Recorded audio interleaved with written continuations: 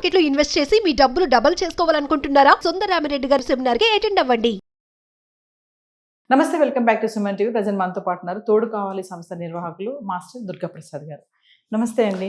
నమస్కారం నవీన.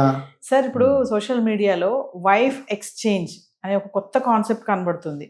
అసలు ఎట్లా అంటే నగర జీవన శైలిలో కొన్ని మార్పులు వస్తున్నాయి. అంటే ఎలా పడితే అలా తయారవుతున్నారు. దీని ప్రభావం ఇతరులపైన ఎలా పడుతుంది అనేది కూడా చూడటం లేదు. అసలు ఈ వైఫ్ ఎక్స్చేంజ్ అనే మనం గతంలో నేను ఒక ఆర్టికల్ చదివాను సార్, మన దగ్గర కాదు బయట దేశాల్లో వైఫ్ ఎక్స్చేంజ్ చేసుకుంటున్నారని చెప్పి, పార్ట్నర్ ఎక్స్చేంజ్ అని చెప్పేసి ఒక ఆర్టికల్ కూడా వచ్చింది, భార్యల మార్పిడి అని చెప్పేసి. మరి మన హైదరాబాద్లోనే ఈ వైఫ్ ఎక్స్చేంజ్ కలకలం అంటే ఒక్కసారి దీన్ని ఎలా చూడవచ్చు అంటారు? దీని గురించి ఏం చెప్తారు? ఇప్పుడు నవీన, మన దేశ జనాభా 140 కోట్లు. మన ఆంధ్రప్రదేశ్ కానీ తెలంగాణ దాంట్లో ఎంతో మనకు తెలిసింది. దీనిలో భార్య భర్తలు ఎంతమంది? దాంట్లో ఇలా చేసింది హైదరాబాద్లో ఎక్కడో ఒక చోట జరిగి ఉంటుంది. హైదరాబాద్లో ఆ పోలీసులో పట్టుకోవడం, లేకపోతే ఇందువల్ల అసభ్యంగా బిహేవ్ చేయడమో, లేకపోతే ఆ చుట్టుపక్కల న్యూసెన్స్ క్రియేట్ చేయడమో, నివాస ప్రాంతంలో చేశారనుకోండి, ఆ అరుపులు కేకలు పెట్టడమో, ఏదో వాళ్ళలో గొడవలు రావడం, సైలెంట్గా చేస్తే ఎవరు తెలియదు కదా, ఏదో జరిగి ఉంటుంది. పోలీసులకు వెళ్ళి ఉంటారు. వెళ్ళేసరికి అప్పుడు పోలీసుల ఎంక్వైరీలో వాళ్ళు తెలిసిపోతుంది. పోలీసు స్టైల్లో చెప్పినప్పుడు ఇలాగ ఎక్స్చేంజ్ ప్రోగ్రామ్ అని జరిగింది. ఎలా ఉండవు, ఏదో 2-3 ఫ్యామిలీస్ ఉంటాయి, 3 కుటుంబాలు.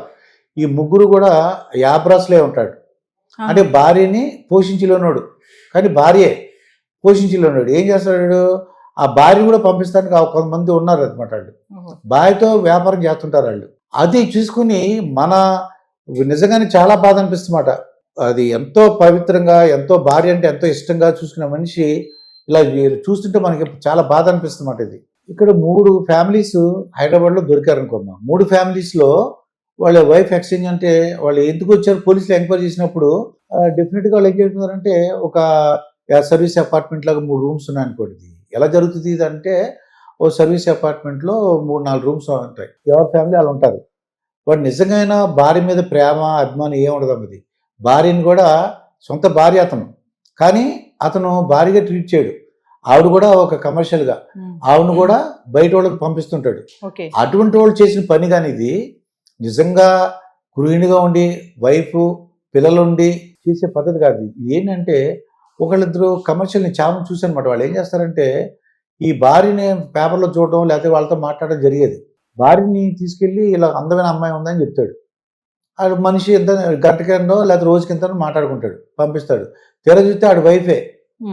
ఇటువంటి కేసులు చాలా మంది చూశాను, నేను విన్నాను కూడా. నేను వాళ్ళు ఏంటి ఇలా చేస్తున్నారంటే వాడికి ఇన్కమ్ లేదు. అది దాంట్లో ఏమవుతుందంటే, ఈ ముగ్గురు కలిపి ఇలాంటి వాళ్ళు 3 కలిసారు అనుకో, హైదరాబాద్లో సర్వీస్ అపార్ట్మెంట్ తీసుకుని ఒక 1-2 గంటలో ఒకళ్ళు బాగా మార్చుకున్నారు. వాళ్ళు నిజంగా జెన్యూన్ క్యాండిడేట్స్ కాదు. అది చూసి మిగతా వాళ్ళందరూ మనం భయపడకూడదమ్మా. ఏదో హైదరాబాద్లో 1 కోటి మంది ఉన్నారు. హైదరాబాద్ కెపాసిటీ, హైదరాబాద్లో జనాభా 1 కోటి మంది. 1 కోటి మందిలో ఒక 3 ఫ్యామిలీ 6 చేశారు. 1 కోటి మందిలో 6 అంటే అసలు దాన్ని నెగ్లిజిబుల్ అనమాట. ఇది పేపర్లో రావటం, వ్యూస్ రావటం, వింతగా విడ్డూరంగా ఉండటం, విశేషంగా ఉండటం, దానివల్ల బయటకు వచ్చింది. ఇది అంటే దీన్ని కూడా ఒక బిజినెస్ లాగా ఎవరు చేసి ఉంటారు. అది అంతేకాని ప్రతి ఒడు ఏ భార్యని కూడా ఎంతో ఇష్టంగా తన దాంట్లో అసలు పూర్వం నా భార్య చూసాను కొట్టేసిన సందర్భాలు, ట్రైన్స్లోను బస్సులోను. ఎందుకలా కొట్టేస్తున్నావు అంటే, నా భార్య చూసాడని అంటాడు. భార్య చూస్తే కొట్టేసాడు అంటే అంత ప్రేమించాడు. అది నిజంగానే అందంగా ఉంది, చూస్తే బహుశా ఇలా చూసుంటాడు, కొట్టేసాడు అంతే. అటువంటిది ఇంకోటి దగ్గరికి ఇచ్చిన తర్వాత ఆమెతో వేరే వాడితో స్పెండ్ చేసిన తర్వాత మంచి మనసుడు ఎవడో కూడా స్పెండ్ చేయలేడు. అమ్మ నా భార్య ఎవరి దగ్గరకు వెళ్ళిపోయింది అని బాధపడతాడు తప్ప ఇలాగా ఎక్స్చేంజ్ అనే ప్రోగ్రామ్ లేదు, అసలు ఉండదు. ఇది 1-2 ప్రోగ్రామ్ ఎక్కడో జరిగితే, ఎక్కడో ఫారిన్ కంట్రీలో జరిగింది, లేకపోతే ఎక్కడో జరిగింది. ఏదో ఒక కేసుని చూసి మనం తెలిసిన వాళ్ళ మీద వాళ్ళు ప్రతి వాళ్ళు భయపడక్కలేదని, అంటే తన భార్య కూడా అలా చేస్తామో, ఏమైనా ఇబ్బంది పడుతుందేమో ఇలా అనుకోవడం తప్పది. అంటే ఇలాంటివన్నీ కూడా ఫారెన్ కల్చర్ అనుకోవచ్చా సార్? ఈ వైఫ్ ఎక్స్చేంజెస్ కానీ ఇవన్నీ కూడా ఫారెన్ నుంచి వచ్చినటువంటి కల్చరే కదా ఇదంతా కూడా? అవకాశం ఎక్కడుంటే అక్కడ జరుగుతుందమ్మా. ఎక్కడ ఇదివరకు 3 ఫ్యామిలీస్ ఉండాలంటే చాలా కష్టంగా ఉండేది. సర్వీస్ అపార్ట్మెంట్లో వచ్చేసిన అవకాశం వచ్చింది. అటువంటి మనోభావాలను ముగ్గురు కూడా ఏంటంటే, భార్యాభర్తలు ఇద్దరు కూడా అదే సిస్టమ్, ఇద్దరు కూడా ఒకే మెంటాలిటీ అనమాట. అయితే 3 ఫ్యామిలీలు ఒకే మెంటాలిటీ. భర్త అప్పుడు జీవిత రాజశేఖర్ ఏదో స్టేట్మెంట్ ఇచ్చినట్టు, భర్త ఎవరి దగ్గర వెళ్ళొచ్చు, భార్య ఎవరి దగ్గర వెళ్ళొచ్చు, తప్పేంటి? తప్పేంటి? దానికి ఈడ తెలుసుండి ఇక్కడే అన్నమాట ఇది. అయితే ఇదిగో ఆడి భార్య ఆడికి ఇస్తాడు, ఆడి భార్య ఈడికి ఇమ్మని అలా ఏది చెప్తాడు అన్నమాట. ఇది ఈ సంస్కృతి, విష సంస్కృతి మనకి విపరీతంగా పెరుగుతుంది అని మాత్రం హైలీ ఇంపాసిబుల్. ఏం జరగదు, అది ఏదో ఒకటి జరుగుతుంది.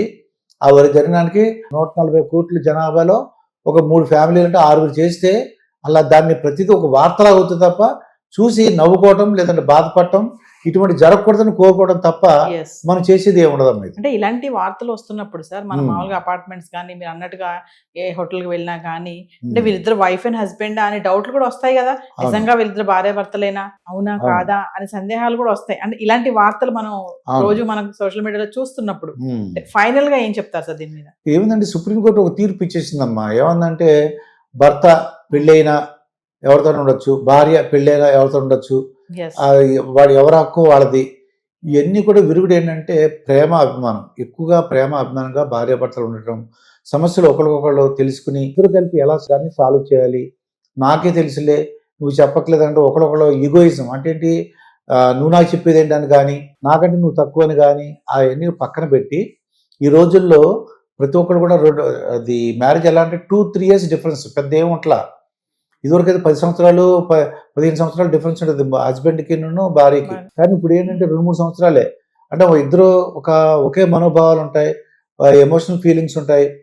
ఇద్దరు కలిపి అంటే వాళ్ళకి వచ్చిన ప్రాబ్లమ్స్ సాల్వ్ చేసుకోవడం, ఇద్దరు కలిపి ప్రయాణించడం, ఇద్దరు కలిపి పిల్లల గురించి ఆలోచించడం చేస్తే ఇటువంటి ఆలోచనలు ఎవరికి రావు, ఇటువంటి జరగకూడదు. Thank you sir.